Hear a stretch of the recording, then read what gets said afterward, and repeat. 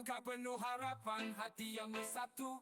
Kita tak terpisah lagi saling menyatu. Bersalangkah penuh harapan, hati yang bersatu. Kita tak terpisah lagi saling menyatu. Bersama semangat menggelora, takkan menyerah. Wujudkan mimpi dengan visi yang tak terpisah. Kita penggerakkan kapten. Bu, apa kabarnya Ibu?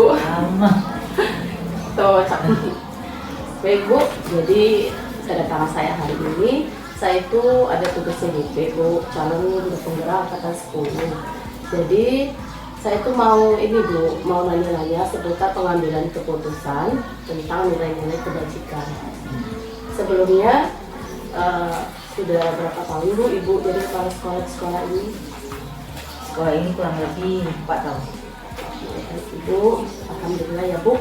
Jadi Ibu ini sudah 4 tahun ya Bu, jadi sudah banyak pengalaman seputar pengambilan keputusan atau dilema-dilema yang ada di sekolah. Jadi ada 8 pertanyaan Bu yang akan saya tanyakan. Saya sering bagi pengalaman kepada Ibu, bagaimana Ibu selama ini mengatasi dilema etika yang ada di sekolah Ibu dan rujukan moral yang ada di sekolah Ibu. Baik Ibu, untuk pertanyaan pertama, kira-kira bagaimana Ibu mengidentifikasi adanya rujukan moral dan dilema etika yang ada di sekolah Ibu? Berarti kita kalau memiliki kasus itu ya dilema etika, berarti kita identifikasi dulu ya, apakah itu kasus termasuk dilema etika, ya kan? Atau itu termasuk rujukan moral. Ya, kita identifikasi terlebih dahulu kasus yang kita hadapi. Jadi Ibu sudah memilah-milah, sudah mengidentifikasi mana yang termasuk dilema etika, mana yang masuk dengan rujukan moral. Baik, terima kasih Ibu. Lanjut saya ke pertanyaan kedua ya Ibu. Jadi bagaimana Ibu menjalankan pengambilan keputusan di sekolah Ibu, terutama keputusan itu atau dilema itu terjadi kasus antara benar dan benar Bu. Kalau di dilema etika itu kan kita bingung tuh Bu, ini kita mau ambil keputusan ini benar, kita mau mengambil keputusan ini. Jadi saat Ibu dihadapi dengan dilema seperti itu, kira-kira keputusan apa yang akan Ibu ambil? Kita belum bisa mengambil keputusan, ya kan? Kalau memiliki kasus itu kita tidak langsung mengambil keputusan, tapi kita identifikasi dulu, kita analisa terlebih dahulu, dan kita ajak bicara dulu yang terkait dari kasus itu. Jadi tidak bisa kita langsung mengambil keputusan itu, ya kan? Baik Bu, jadi setelah Ibu mengidentifikasi, kita cari dulu sumber permasalahannya Bu. Kira-kira ini nanti masuknya ke dilema etika atau rujukan moral. Jadi baru Ibu bisa merancang Kita sesuatu. tetapkan tuh kan bahwa ini harus kita arah kanan atau arah kiri kan? Iya, betul-betul. Iya.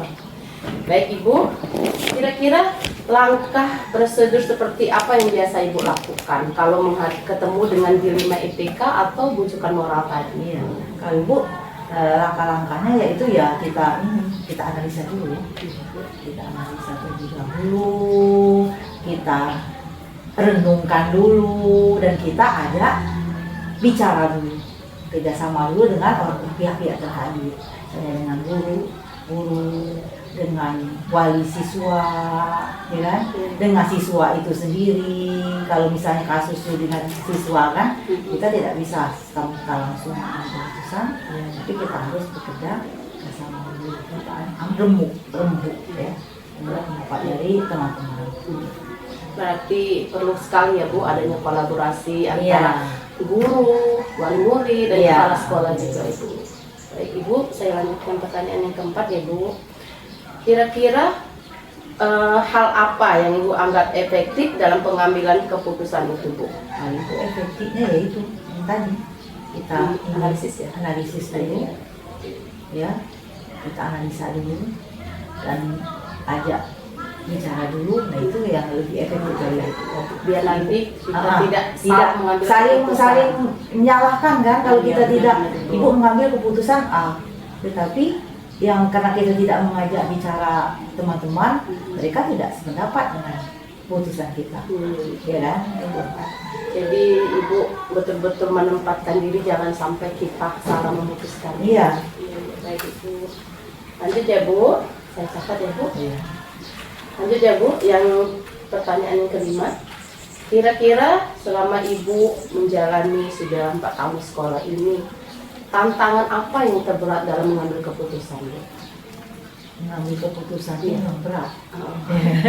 Iya ya betul ya bu. Iya berat. Kalau kita berdasarkan ego kita, ya kan? Kita mengambil keputusan itu kan kadang emosi kan? Iya. betul ya, Bu. Emosi, ego kita, itu yang kita tantangan yang terberat itu dengan mengendalikan itu, ya kan? Mengendalikan ego, mengendalikan emosi, itu yang tantangan yang terberat. Kalau dari ibu seperti itu. Ternyata tantangan itu memang banyak ya bu, dan kita harus kita lewati. Itu juga dengan dorongan-dorongan kan? Dorongan dari pihak luar misalnya kan? Ini harus, misalnya keputusan A ini harus kita setujui, ada dorongan ini faktor luar kan? Nah itulah yang tantangan yang terbesar, sehingga kita tidak ajak bicara teman-teman, kita langsung putuskan. Nah itu efeknya sangat buruk. Takutnya kita nanti salah mengambil kebijakan. Iya. Baik ibu, jadi memang kalau saya sikapi ternyata mengambil keputusan itu tidak segampang itu ya bu. Iya. Baik ibu, maksud yang keenam ya bu, kira-kira ibu kalau menghadapi ketemu dilema ITK di sekolah ini bu, ada nggak jadwal tertentu yang ibu tetapkan, misalnya tanggal sekian harus di hari sekian atau waktunya itu kira-kira? Rasa itu tidak ada. Ya kan berdasar kasus yang kita terima kan. Tapi kalau kita menerima kasus spontan, tak bisa kita langsung menuju kita teruskan. Otomatis kita renung itu dahulu. Kita seperti tadi ya, kita analisa seperti dahulu dengan lapang dada, dengan pikiran yang tenang kan. Lalu kita mengajak diskusi dengan teman-teman. Jadi tidak ada waktu khusus lah kita menyelesaikan itu masalah kan. Tidak semuanya tiap sehari ada kasus. Karena sebulan sekali ya bu kasusnya terjadi. Kadang mungkin ada yang hampir tiap hari ya bu. Iya. Kira-kira kalau di sekolah ini gimana ibu? Alhamdulillah jarang. Ya, semoga kedepannya jangan ketemu ya bu. Semoga kita selalu lancar aja ya bu. Baik ibu, masuk ke pertanyaan ke-7. Kira-kira apa faktor yang mempermudah ibu dan membantu ibu dalam mengambil keputusan? Kalau itu faktor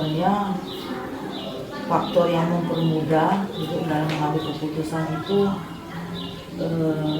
yang pertama itu harus pikiran tenang, ya kan? Ya, perlu Itu banget yang ibu pertama, ya. tidak emosi, ya kan? Nah terus yang lebih penting lagi kita harus musyawarah, ya kan? Tadi berkolaborasi. Jadi mau ibu itu yang paling kita ini, karena kita tidak bisa ibu ditanggung jawabkan menjadi pemimpin di sini, bukan ibu otoriter semuanya harus ibu memutuskan, ya kan? Sehingga itu tidak bagus untuk efektifnya jalannya sekolah ini, ya kan? Untuk kenyamanan itu tidak baik.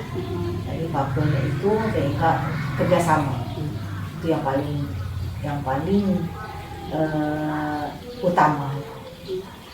Ya bu, jadi apapun bentuk kasus yang terjadi yang mempermudahkan ibu berarti musyawarah. Karena memang suatu lembaga mau sekolah maupun organisasi lain memang harus didukung semuanya ya bu. Baik saat kita dalam keadaan baik ataupun dalam keadaan buruk, dukungan teman-teman itu sangat kita butuhkan ya bu. Walaupun nanti akhirnya warga sekolah itu tetap melihat kebijaksanaan ibu kira-kira mengambil garis A atau garis B ya bu. Ya baik ibu, terima kasih sudah masuk ke pertanyaan ke-7, kita masuk ke pertanyaan 8 ya Bu. Kira-kira pembelajaran apa yang Ibu petik dari pengalaman yang sudah Ibu jalani selama 4 tahun di sini, bila Ibu ketemu kasus-kasus di lingkungan ITK atau penunjukan moral Ibu? Jadi pengalaman yang Ibu dapat bahwa sekolah ini bukan milik Ibu sendiri. Ya, jadi sekecil apapun masalah yang ada di sekolah ini, kita harus sama-sama untuk menyelesaikan, ya kan? Karena sekolah ini adalah keluarga, ya kan? Jadi Ibu cuma diamanahkan sebenarnya tanggung jawab, ya kan? Tanggung jawab diamanahkan membina ya, membina teman-teman. Jadi dengan membina teman-teman itu Ibu tidak bisa tamu-tamu membina sendiri ya. Kita harus bantuan dari teman-teman. Itu yang kalau yang utamanya itu seperti itu. Iya Bu. Jadi Ibu menganggap bahwa ini amanah ya Bu. Iya. Terus Ibu anggap keluarga sendiri. Jadi penuh rasa sayang Ibu terhadap sekolah, keluarga sekolah, murid, guru, dan seluruh yang ada di sekolahnya. Nyaman. Iya. Ya kan? Iya Ibu. Tidak ada ini benturan-benturan yang ini terlalu ini. Karena si kita tidak stres. Nggak ada misalnya anak ya, anak ini nggak punya kasus. Iya. Kalau Ibu dengan emosi langsung memutuskan, sehingga pihak lain tidak setuju, jadi kan akhirnya ketemu. Iya, Ibu. ya. Ya Ibu, alhamdulillah, terima kasih Bu. Jadi sudah 8 pertanyaan saya ajukan tadi, dan mohon maaf Bu, saya sudah mengganggu waktu Ibu. Dan saya doakan semoga Ibu dan seluruh warga sekolah ini dalam keadaan sehat dan kita bisa sukses bersama. Ya, sukses terus ya. Assalamualaikum warahmatullahi wabarakatuh. Langkah penuh harapan, hati yang bersatu. Assalamualaikum Pak, apa kabarnya Pak? Waalaikumsalam, alhamdulillah sehat. Baik Pak, jadi sebelumnya mohon maaf sudah meminta waktunya. Jadi di sini saya itu ada tugas Pak dari CBP Angkatan 10, diminta untuk mewawancarai seputar pengalaman Bapak bagaimana mengambil keputusan yang berbasiskan nilai-nilai kebajikan. Jadi pertanyaan yang saya ajukan sebelumnya, Bapak sudah berapa tahun jadi kepala sekolah? Selama di sini itu mulai dari 2014 berarti sudah 10 tahun kan? Pak, sudah 10 tahun ya Pak? Jadi tambah 4 tahun, jadi sudah 14 tahun. Di sekolah lain 4 tahun, di sini 10 tahun ya Pak? Baik Bapak, nanti ada 8 pertanyaan yang saya mau ajukan seputar pengalaman Bapak. Sepertinya kurang lebih 14 tahun ya Pak, Bapak jadi kepala sekolah, jadi sudah banyak ketemu pengalaman-pengalaman, baik buat pengalaman yang kurang menyenangkan atau pengalaman yang baik. Jadi Pak, saya akan mewawancarai seputar dilema ITK. Dilema ITK itu Pak, kasus-kasus yang ada di sekolah, bisa berupa ujuk moral dan dilema etika. Jadi pertanyaan saya pertama, bagaimana Bapak mengidentifikasikan bila ketemu dengan kasus dilema etika ataupun ujukan moral Pak? Sebenarnya ini berat saya katakan ini karena ini adalah sikap saya untuk menentukan bagaimana sekolah itu lebih baik sebelumnya. Sebelum saya masuk ke sini dulu, itu ada informasi dari kepala sekolah yang lama, ya oke lah tempat ini bagus sekali. Jadi murid-muridnya juga mudah diajak ngobrol. Ternyata setelah masuk ke sini kemarin, seminggu saya masuk, itu masih banyak wali murid yang datang mengandung ke kelas, namun tidak permisi dulu dengan guru-guru yang ada di kantor. Dan setelah itu saya mengambil kebijakan mengadakan rapat komite. Jadi setelah rapat komite itu disampaikanlah keluhan saya dalam rangka menghadap murid dan wali murid di SD kita ini. Toh nyatanya ya berangsur-angsur lebih baik. Itu juga masih terkendala, ada juga nampaknya belum bisa menerima apa yang saya katakan. Setelah itu saya kembali mengadakan rapat wali murid per kelas, tidak global. Kalau global sifatnya banyak yang mendengarkan, langsung tidak menerima. Jadi saya ambil sikap untuk mengambil per kelas wali muridnya. Itu dikatakan dulunya anak-anak ngadu ke rumah, apabila anak berkelahi langsung pulang ke rumah tanpa pengetahuan gurunya. Alhamdulillah setelah saya panggil wali muridnya per kelas, kalau kamu sayang kepada orang tua kamu, kamunya jangan ngadu. Kalau kamu sayang kepada anak kamu, kamunya jangan cepat mengambil kesimpulan pengaduan daripada murid. Ya, baik-baik Bapak. Jadi Bapak identifikasi kasus tadi, Bapak cari tahu dulu kebenaran yang mana, Bapak lihat dulu ke anaknya, lihat dulu ke wali muridnya ya Bapak, dan ke gurunya juga. Baik Bapak, itu dari pertanyaan yang pertama. Lanjut ke pertanyaan yang kedua ya Pak. Jadi bagaimana Bapak mengambil keputusan jika kedua-duanya itu sama-sama benar Pak? Kasus dilema etika itu yang ini benar, yang ini benar. Itu kira-kira bagaimana ya Bapak mengambil keputusan? Ya kita lihat segi positif dan segi negatifnya. Ya kalau semuanya benar, kalau keduanya benar, itu kan berarti kita ambil lagi persoalannya di mana, kenapa ini kata orang tuanya yang ini benar, yang ini benar. Kita panggil wali kelasnya. Tuh, bagaimana anak ini sedangkan orang tuanya mengatakan anak ini benar, sedangkan orang tua yang ini juga mengatakan benar. Ada apa di sekolah itu, di kelas itu? Berarti Bapak lebih mendalami lagi untuk mencari kebenarannya Pak. Kebenaran dari guru kelasnya masing-masing. Iya, setelah Bapak tahu kebenaran baru Bapak bisa mengambil tindakan selanjutnya. Ya baik Bapak, kira-kira ada nggak prosedur tertentu yang Bapak lakukan untuk mengambil keputusan itu tadi? Ada. Kira-kira apa ya Pak? Ya kita panggil terutama wali kelasnya. Itu setelah itu tidak secara apa namanya, kita panggil ke ruang khusus istilahnya, kita tanya yang sebenarnya, ini nanti tindakan yang gini-gini salah, kita tolong perbaiki, mungkin gurunya apa banyak di luar apa di mana.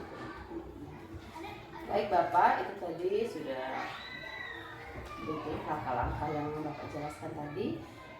Masuk ke pertanyaan saya keempat ya Pak, kira-kira apa hal efektif yang tepat dalam Bapak mengambil keputusan? Nampaknya setelah saya mengambil keputusan, setelah saya panggil wali murid dan guru kelasnya, itu positif nampak, tindakannya menuju lebih baik, sehingga anak-anak tidak ada keributan lagi, ya anak-anaknya selalu damai, belajarnya dengan semangat. Baik, berarti itu yang Bapak efektif hingga akhirnya melahirkan hal-hal yang baik di depannya ya Pak. Baik Pak, kira-kira tantangan yang paling berat menurut Bapak itu tantangan seperti apa dalam Bapak mengambil keputusan tadi? Ya semua itu kan ada risiko. Kita ngambil keputusan gini, risikonya gini. Kita ngambil ke sini, resikonya ya mau tak mau kitanya lebih aktif lagi itu kita memberikan contoh kepada guru-guru yang lain gitu. Baik Bapak, nanti kalau seandainya Bapak dari tahun kemarin ketemu dengan kasus-kasus, kira-kira Bapak punya jadwal tertentu nggak untuk menyelesaikan masalah itu? Iya. Ya Pak, memang sudah kasusnya disimak dulu, diidentifikasi dulu, dicari dulu siapa yang terlibat, akhirnya Bapak tentukan waktunya untuk menyelesaikan masalah itu tadi. Ya baik Pak, masuk ke pertanyaan yang ketujuh ya Pak. Kira-kira siapa atau faktor apa yang bisa membantu Bapak untuk mengambil keputusan? Terutama wali murid Ya, dan kedua dibantu dengan semua dewan guru beserta kita arahkan siswanya supaya lebih baik lagi. Itu gunanya kita mengadakan tiap pagi Jumat mengadakan kultur siraman rohani. Itu gunanya tidak lain tidak bukan untuk berubah sikap daripada anak-anak. Kalau selama ini sikapnya kurang bagus, dengan adanya siraman rohani mengadakan kultur, anak-anak lebih menuju yang lebih baik lagi. Baik Bapak, jadi yang mempermudah Bapak untuk mengambil keputusan tadi, Bapak berkolaborasi ya Pak, Iya, iya. bersama wali murid, dewan guru, dan seluruh stakeholder yang ada di sekolah Bapak. Dan alhamdulillah semuanya bisa Bapak musyawarahkan bersama. Ya Bapak, tadi sudah 7 pertanyaan, sekarang pertanyaan yang ke-8. Kira-kira pengalaman atau pembelajaran apa yang bisa Bapak ambil dari 14 tahun Bapak jadi kepala sekolah dalam mengambil keputusan saat terjadinya dilema? Pengalaman kadang-kadang ya namanya kepala sekolah memang resikonya berat. Kalau guru sih cuma dari jam 7.30 sampai jam 12. Kalau kepala sekolah dari jam 7.30 24 jam. Kadang-kadang ya didatangi wali murid, kenapa ini, begitu juga didatangi dengan siswa, LSM, ada juga yang datang dengan kita. Tapi alhamdulillah itu kita anggap sebagai pengalaman yang baiknya kita ambil, dan yang buruknya kita tinggalkan aja. Itu sebagai pengalaman untuk berikutnya bagaimana kita melaksanakan tujuan kita, bagaimana supaya sekolah ini lebih baik lagi dan lebih maju lagi.